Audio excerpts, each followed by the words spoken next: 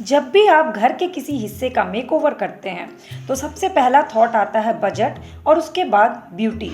लेकिन अगर आप पूजा रूम का मेकओवर करते हैं तो इसमें तीसरा थॉट जो है वो ऐड हो जाता है, वो है वास्तुशास्त्र। हेलो माय करछी से कलम तक फैमिली, मैं हूँ रचना और मैंने किया है अपने पूजा रूम का मेकओवर बजट, ब्यूटी और वास्तु तीनों को ध्यान में रखते हुए। बहुत ही छोटी छोटी चीज़ों से मैंने इसे सजाया है और बहुत ही ध्यान से वास्तु का ध्यान रखा है और कुछ ऐसी टेक्निक्स इसमें अप्लाई की है जिससे आपके पूजा के दौरान आपके बहुत सारे काम जो हैं वो बहुत आसान हो जाते हैं। तो इन तीनों चीज़ों को ध्यान में रख के कैसे मैंने मेकओवर किया है वो इस वीडियो में शेयर कर रही हूँ। आपको अगर ये मेकओवर अच्छा लगेगा तो लाइक, कमेंट और अपने फ्रेंड्स एंड फैमिली से शेयर ज़रूर करिएगा। और इस वीडियो में से जुड़ी जो भी प्रोडक्ट आपको पसंद आएगा उसकी लिंक नीचे डिस्क्रिप्शन बॉक्स में दी हुई है।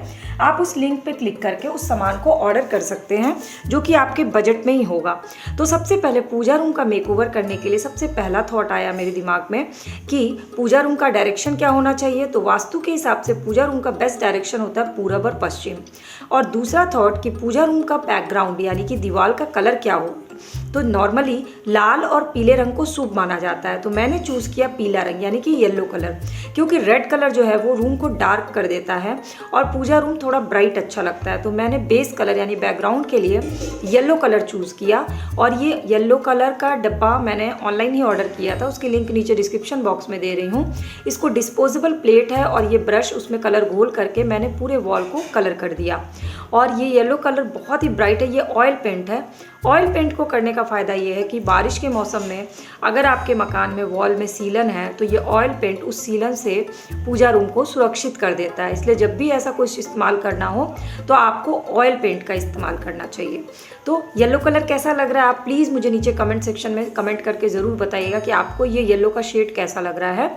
आई होप कि आपको ये येलो का शेड पसंद आएगा। तो अब येलो कलर तो हो गया और मैं इसको ओवरनाइट छोड़ दूंगी सूखने के लिए, क्योंकि ऑयल पेंट को सूखने में थोड़ा समय लगता है, लेकिन इस ब्रश से पेंट करना बहुत आसान हो जाता है।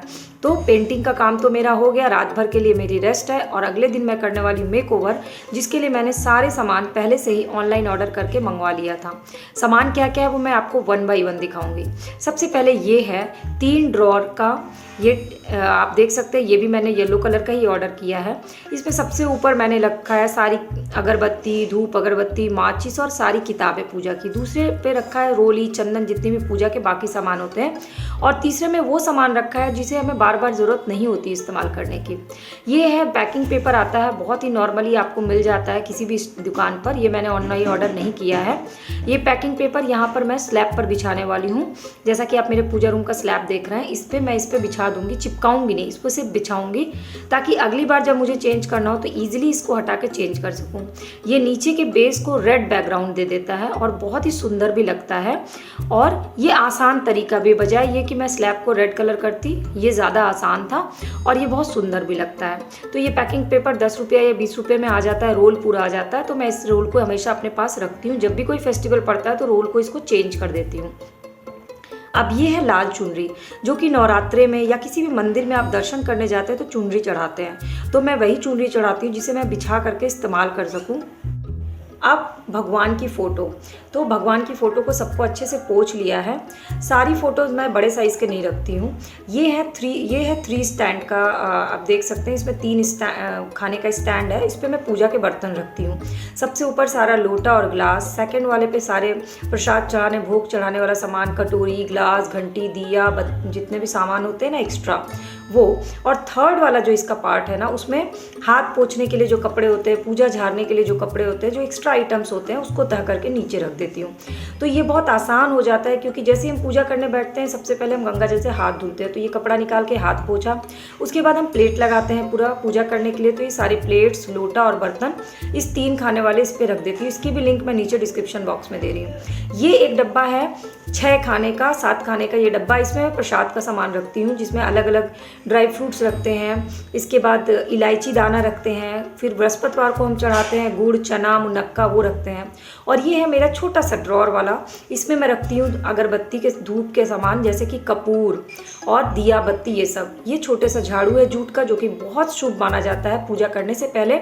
अगर आप पूजा का स्लैब जो है उससे झाड़ते हैं तो ये बहुत शुभ होता है। और ये है कर्टेन ओम लिखा हुआ रेड कलर का, इसलिए मैंने आपको बोला कि मैंने येलो बैकग्राउंड चूज़ किया है क्योंकि रेड चुनरी बिछाने के बाद और रेड कर्टेन बिछाने के बाद बहुत सुंदर लगता है। इसकी लिंक भी मैं नीचे डिस्क्रिप्शन बॉक्स में दे रही हूँ।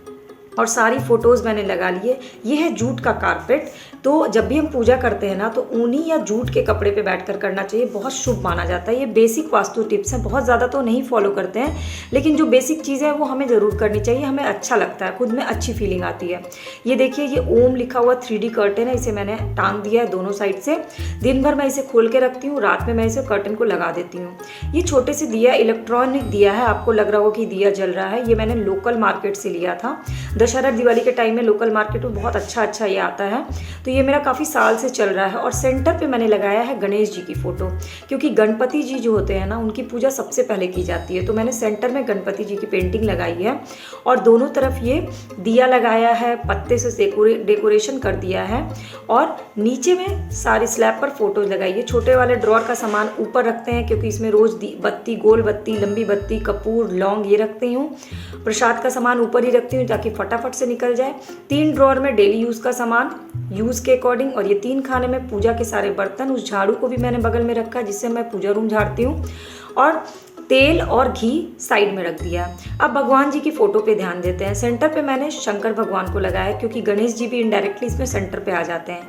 इसके बगल में मैंने लगाया विष्णु भगवान को और उनके बगल में सरस्वती, क्योंकि विष्णु भगवान के बगल में सरस्वती जी को लगाना शुभ होता है। इधर से मैंने राम सीता जी को लगाया, हनुमान जी को लगाया, गणेश लक्ष्मी को लगाया। कहा जाता है कि हनुमान जी के बगल में किसी भी देवी माँ की फ़ोटो नहीं होनी चाहिए, इसलिए हनुमान जी को इस साइड लगा दिया है। फिर ये कृष्ण भगवान है, छोटे बाल गोपाल कृष्ण भी हैं। और ये पूजा की थाल जिसमें लोटा, घंटी, दिया बत्ती और अगरबत्ती लगाने का और माचिस। ये सेंटर पे एक मैट बिछाया ताकि जो अगरबत्ती का राख निकलता है ना उससे ये गंदा ना हो, तो मैट को मैं झाड़ देती हूँ। ये सिंदूर रोज का लगाने के लिए पीला और लाल सिंदूर। ये शंकर शिवलिंग है जिसको मैंने कटोरे में रखा ताकि इसी में जल चढ़ा और इस जल को जो अगले दिन मैं किसी पेड़ के जड़ में डाल देती हूँ। तो ये बेसिक चीज़ें हैं जो हमें ध्यान रखना है। जैसे पूजा का शंकर जी का चढ़ा हुआ जल इधर उधर नहीं फेंकना चाहिए, तो उसे किसी पौधे के जड़ में डाल दीजिए। या फिर सिंदूर पूजा पे बैठ के लगाना चाहिए, तो लाल और पीला सिंदूर वहीं रख लिया है। ये ऊपर एक घंटी के रूप में दिया लगाया है, कलश लगाया हुआ है और ये जूट का मैट सामने बिछाया हुआ है। तो इस तरह से जब भी अगला राउंड होता है मैं चुनरी बदल देती हूँ और 2 से 3 चुनरी में रखती हूँ ताकि धुल करके चेंज कर सकूँ 10 से 15 दिन में। मैट परमानेंट 2 मैट रखा है, राख अगर गिरता है उसको झाड़ के बिछा देती हूँ। जाप करने की माला रखी हुई है। और ये जो है ना, ये मेरी शादी का बना हुआ है, ओम और स्वास्तिक मैंने बनाया था। यादगार के रूप में मैंने इसको फ्रेम कला के पर आके पूजा रूम में लगाया।